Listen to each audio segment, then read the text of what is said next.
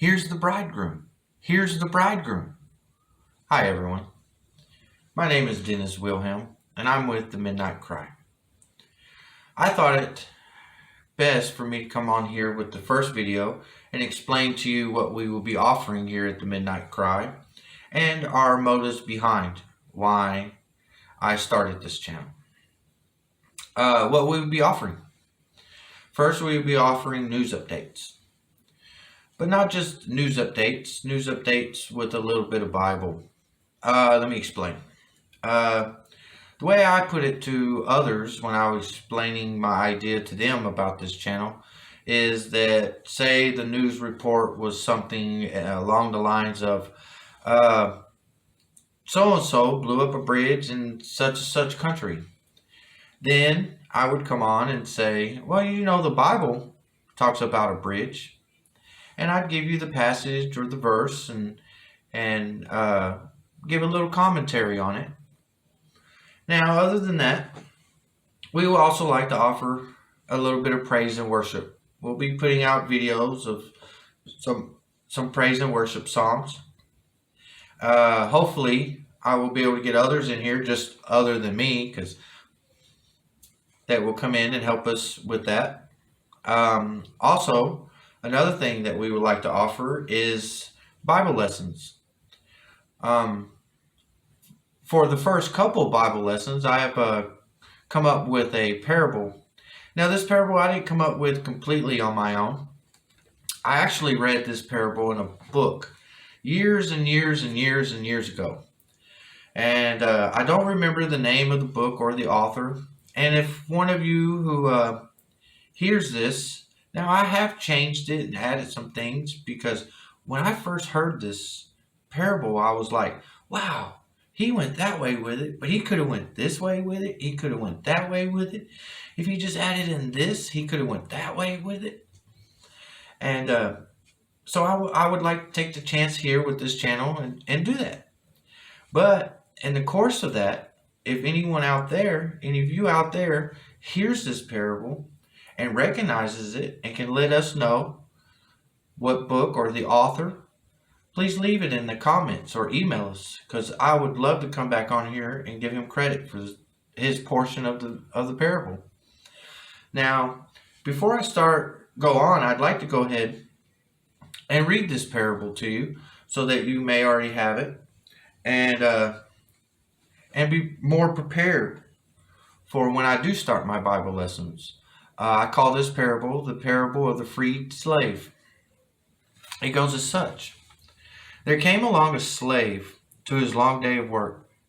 As usual, the only thing in his hand was a sack with a few crackers and just a little bit of cheese. And as usual, on his way to and from his long days at work, is a man on the side of the path talking to everyone who would listen to him. There are always a few of them along the path. They are always saying that their Lord offers freedom from slavery and a ticket to the promised land. But everyone says they are liars. And even they themselves say that you must be wearing the right clothes when the boat makes it to the promised land, or you won't get in.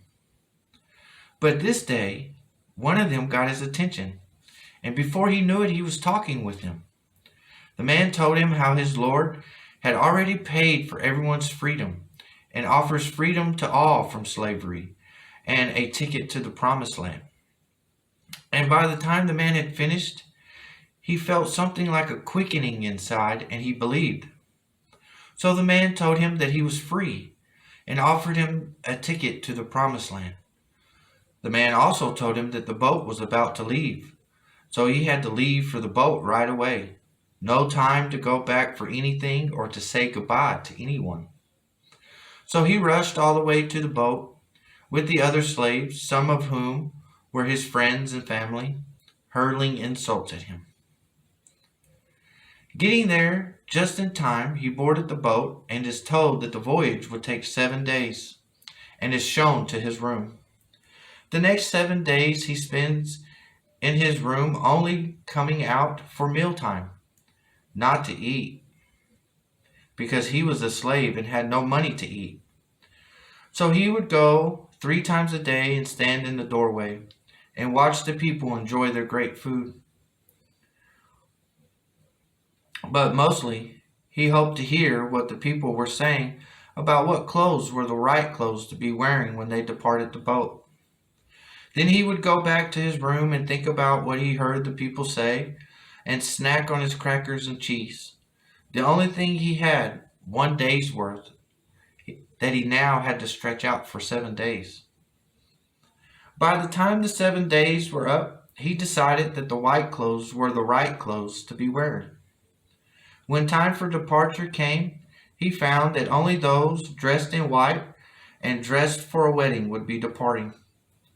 As he was in line departing and watching those who didn't have the right clothes on put in the lifeboats and sent away, one of the crewmen walked up to him and asked if he didn't like the food that they served on the boat. He explained that he was a slave before getting on the boat and therefore had no money for food. Then the crewman asked to see his ticket. He pulled out his ticket and the crewman showed him where it said that the meals were included. I will be making my first couple of Bible lessons off of this parable, so I hope that you will take the time to really listen to it. And if you're like me and you just love God's word, I know that you are hearing all the little different ways you can go. You can go this way and go that way, and I plan on touching on all of them. Now, to why we are starting this channel, The Midnight Cry. The reason why we are starting this channel is because we do believe that we are here at the end of the age. We are about to go into the millennium kingdom. Christ is about to come back and set up his kingdom here on earth. And he will rule for 1,000 years. And so our goal here with this channel, The Midnight Cry, is just as it says. We hope to wake the churches up. We hope to wake up the virgins.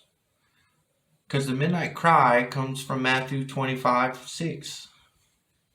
The parable of the 10 virgins. Let me read it to you real quick. At midnight, the cry rang out, "Here's the bridegroom. Come out to meet him." So that is our whole goal here with this channel, is to wake everyone up, to help them realize that we are here at the end of the age, and to prepare. Now, why do we believe that we are here at the end of the age? Because here's the midnight cry, and I'm sure there are plenty of other people who say this, other channels who say this, but Christ talks about birthing pains in the very chapter before the parable of the 10 virgins, Matthew 24. Right there in the beginning, he talks about the birthing pains. It's where it says that a kingdom shall rise against kingdom, nation against nation, famines and earthquakes in various places. But we go a step further here at the midnight cry. Because not only do we believe that we are in the birthing pains, we believe that we are here at the end of the birthing pains. We believe that the tribulation is about to start and that things are about to get really bad really fast. And why do I believe that? Why do we believe that? Because when I was 13, somebody on their deathbed told me, God gave me a dream. And they told me this dream. And in this dream, they told me about my life and about the tribulation. And their whole goal, they said in this, was God wanted to convince me to do some things. And this is one of them. So I am on here because I have been convinced this is what I'm supposed to do. Now, as far as what they told me about my life, everything that would happen in my life,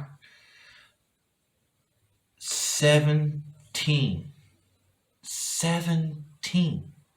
They have nailed 17 on the nose. And most of them in order.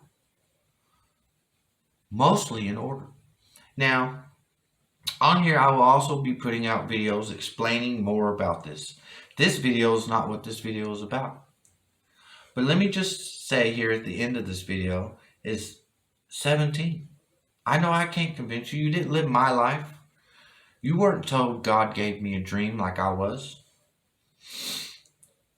But 17, I can't deny this. I cannot deny it. And I have been convinced and now am motivated to come on here and to wake up the church. Wake up the church. Here's the bridegroom. Come out to meet him.